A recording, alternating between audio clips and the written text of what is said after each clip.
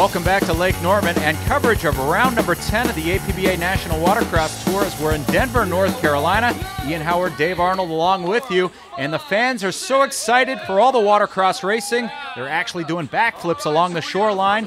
And Rob Flores continues to lead the race action looking for the overall, Dave. So the 40-year-old from Las Vegas, Nevada, battling Father Time.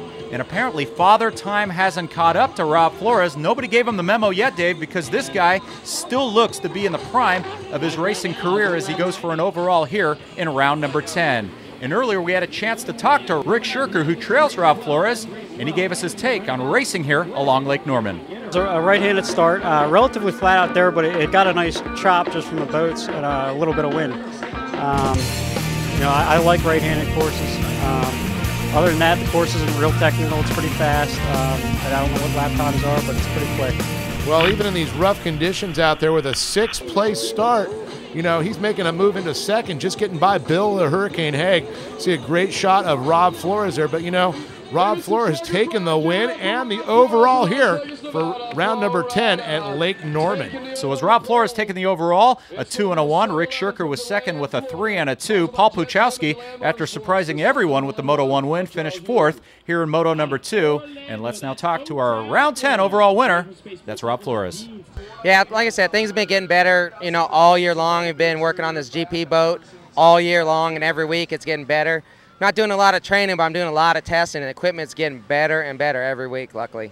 And on the heels of GP Ski and Rob Flores taking home the overall, let's take a look now at your Pro-Am runabout point standings. Dustin Farthing comfortably on top after 9 rounds of race action as we get into the Moto 1 highlights. And the only question would be, could anybody possibly contend with King D, the man who swept all of round 9, winning both motos yesterday? And King D once again would jump out and get the whole shot as he would go for his 3rd consecutive moto win here in Denver, North Carolina. So Dustin Farthing, your early leader, and all that would remain behind him would be who would challenge for 2nd place. Arminio Iantosca, the big man from Naples, Florida, would try to hold off a fellow Floridian, Eric Francis from West Palm Beach, Florida. Those two in round number 9 hooked up for an epic duel with Francis getting the upper hand. But in the end, it would be all King D, Dustin Farthing. He would record his 3rd consecutive moto win here at Denver, North Carolina, as you get a look at the overall results. So Dustin Farthing just lounging, waiting for his 2nd moto on the race course. And before we get underway with more of Pro-Am Runabout Open, let's first visit with the man they call the Hurricane, Bill Haig, with his HydroTurf Tech Tip. Here on the APBA National Watercross Tour, you get to watch all the races. For the riders, however, you don't really win the race until you make it past the guys behind me. These are the tech inspectors, and what you see going on in the background is actually teardown of a number of boats. So here in the background, what we have going on is the inspection of a stock class ski. If you look closely, you'll be able to see that the carburetors have been removed off the manifold. There's a number of things that are key on stock class, such as, has anything been modified internal to the carburetors? Have there been any illegal modifications to things like reeds and manifolds? So there's limitations to what's allowed, and they'll go through and check these, so the top 3 riders in most of these events go through this. The 4-stroke skis also have some things that are checked a little bit different than the 2-stroke skis. On this particular ski, which is a Hydrospace, you see that there's a boost control valve. These skis are limited to the amount of boost through the turbocharger. Stock class is limited to 5 pounds. If they're running a limited class ski, it's limited to 14. So the inspectors will check that to make sure that it hasn't been modified to go above the pre-specified numbers. And thanks to Bill the Hurricane Haig for that HydroTurf Tech Tip as we get set for Moto number 2 for Pro-Am Runabout Open. Dustin Farthing, after winning the opening moto, will go for the clean sweep here in round number 10. He also leads the points chase by 29 over Arminio Iantosca. And we're off racing. We go on board with Eric Francis, who's back in 3rd place in the points battle. So Dave, aboard that stock runabout, he's been hanging tough, and he was able to beat Arminio Iantosca in that 2nd moto back in round number 9. So you really have to toss your hat to Eric Francis and the job he has done.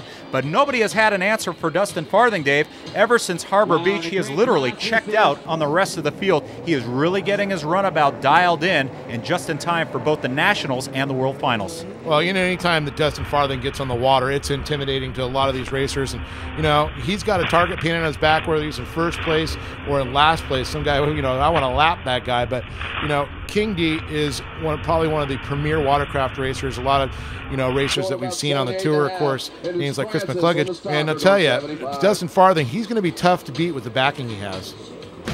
Yeah, my TBM Racing Kawasaki Ultra 260 is phenomenal ski. It works really good, and Kawasaki and Monster Energy, I couldn't ask for better sponsors to put me out there in the front. Well, sponsorship is so integral to getting to these races, to getting the parts for these boats to make them go as fast as they have. And I'll tell you, the 4-stroke technology that's out there now, it's not cheap. And I can tell you, Dustin Farthing, though, he's worked with a lot of the manufacturers on it and really helped develop a lot of these. So Dustin Farthing leading Moto number 2, going for the clean sweep here in round 10. Arminio Iantoska, who's second in the points, hoping to have something to say about it.